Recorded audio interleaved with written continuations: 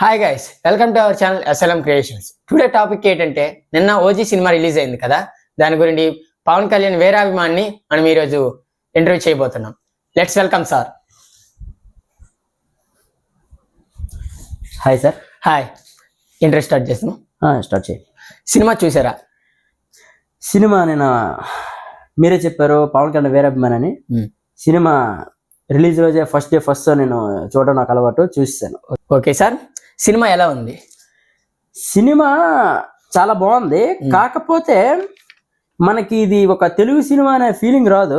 ఎందుకంటే అది మనకి సుజిత్ చాలా రెండు సినిమాలు తీశాడు. రన్ రాజారన్ను ఈ సాహో సినిమా తీశారు. మనకి రన్ రాజారన్న తెలుగు సినిమాలాగా ఉన్నప్పటికీ సాహో మాత్రం ఒక హాలీవుడ్ సినిమా రేంజ్ లో ఉంటది. మనకు అది తెలుగులో సినిమా కాకుండా హాలీవుడ్ రేంజ్ లో ఉండడం వల్ల మనకు కొంచెం బాగా ఎక్కలేదు. ఇది కూడా ఒక జాపనీస్ సినిమా మోడల్ ఉంటది. దానివల్ల కొంత తెలుగు ఫ్యాన్స్ కి చాలా మందికి ఇది నార్మల్గా ఉంటది. ఫ్యాన్స్ అయితే చాలా ఎంజాయ్ చేస్తారండి. మిగతా నార్మల్ ఫ్యాన్ గా చెప్తుంటే నార్మల్ ఫ్యాన్స్ కూడా చాలా బాగా ఎంజాయ్ చేస్తారు. సినిమాని కొత్త రకంగా ఉంది, ఒక తెలుగు సినిమాలా కాకుండా ఒక హాలీవుడ్ రేంజ్ లో ఉంది. మీరు పవన్ కళ్యాణ్ కి ఎప్పటి నుండి ఫ్యాన్ అయ్యారు? నేను పవన్ కళ్యాణ్ సినిమాలు చూసి ఫ్యాన్ అవ్వలేదండి. నేను తనని నా చిన్నప్పటి నుండి చూస్తాను. తన బయట చేసే మంచి మంచి పనుల వల్ల సినిమాలు చూసి ఎంతమంది అయినా ఫ్యాన్స్ అవుతారు. కానీ అతను చేసే మంచి మంచి పనులు ఇలాగ మన పాలిటిక్స్ వచ్చి నుండే కాకుండా తనకి మంచి చేసే గుణం, ఇలాగ ప్రజలకి సాయం చేసే గుణం ఉన్నప్పుడు నుండి నేను అతన్ని ఫాలో అవుతాను. అతని క్యారెక్టర్ అంటే నాకు చాలా బాగా ఇష్టం. Okay sir. సార్, కొంతమంది సినిమా ఫ్లాప్ అయింది అంటున్నారు, దానిపైన మీ అభిప్రాయం ఏంటి? అంటే సినిమా ఫ్లాప్ అయిందంటే నేను అది తీసుకోవడానికి రెడీగా లేనండి. ఎందుకంటే సినిమా చూసే విధానం మారుతుంది. ఇప్పుడు చాలా మందికి నచ్చొచ్చు, నచ్చకపోవచ్చు. ఇప్పుడు మీకు పుష్ప సినిమా నచ్చొచ్చు, నాకు నచ్చదు. అలాగా వేరే వేరే అభిప్రాయాలు ఉంటాయి. ఎందుకంటే కొన్ని పాయింట్స్ లో మనం నెగిటివిటీ వెతకడానికే చూస్తాము. అది ఎందుకంటే ఒక మంచి సినిమా తీసినప్పటికీ మనం ఏదో ఒక చిన్న లూప్ హోల్ ఉంటే అదే పట్టుకొని మనం చూస్తాం. అది అందుకు మీకు అలా అనిపించవచ్చు. కానీ సినిమా ఓవరాల్ గా అయితే మన పవన్ కళ్యాణ్ ఫ్యాన్స్ కే కాదు, మిగతా ఫ్యాన్స్ కి కూడా చాలా బాగుంటది. నార్మల్ ఆడియన్స్ చూడడానికి కూడా చాలా బాగుంటది. ఒక కొత్త రకమైన ఎక్స్పీరియన్స్ మీరు చూస్తారు సినిమాలో మొత్తం.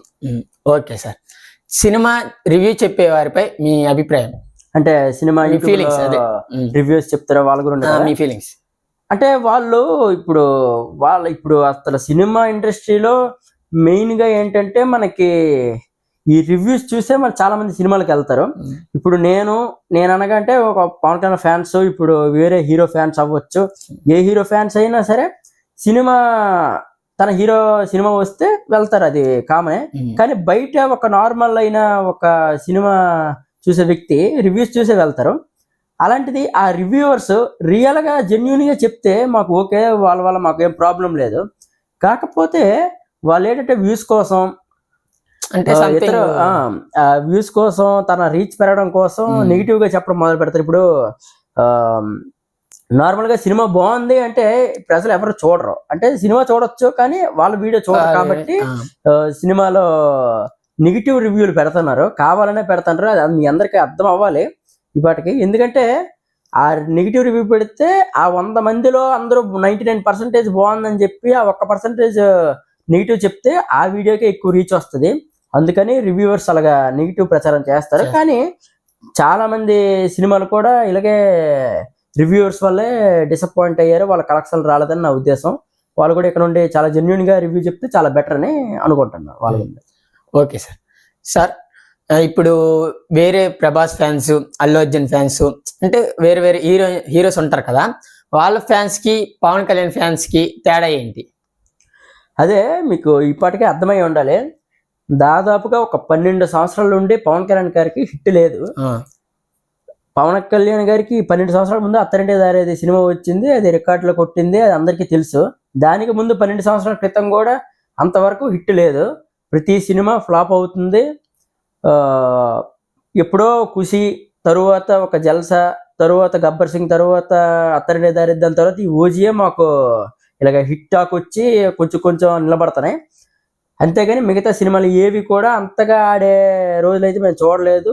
నెగిటివిటీ ఫేస్ చేసాం, ట్రోల్స్ ఫేస్ చేసాం, అది సహజం. కానీ ఇదే వేరే హీరో ఫ్యాన్స్ అయితే ఇన్ని సినిమాలు ఫ్లాప్ అయ్యేసరికి డిసప్పాయింట్ అయ్యి వేరే హీరో ఫ్యాన్ గా మారిపోతారు కంపల్సరీగా. అది ఎందుకంటే ఎంతకాలం ఇలాగా ఫ్లాప్ సినిమాలే చూస్తాము. ఇప్పుడు ఫర్ ఎగ్జాంపుల్ నితిన్ ఉన్నాడు, అప్పుడు చాలా పెద్ద హీరో, వరుసగా ఫ్లాప్లు పడతానే తనకు అసలు అంత కలెక్షన్ కూడా ఇప్పుడు తగ్గిపోయింది, క్రేజ్ కూడా అలా తగ్గిపోయింది.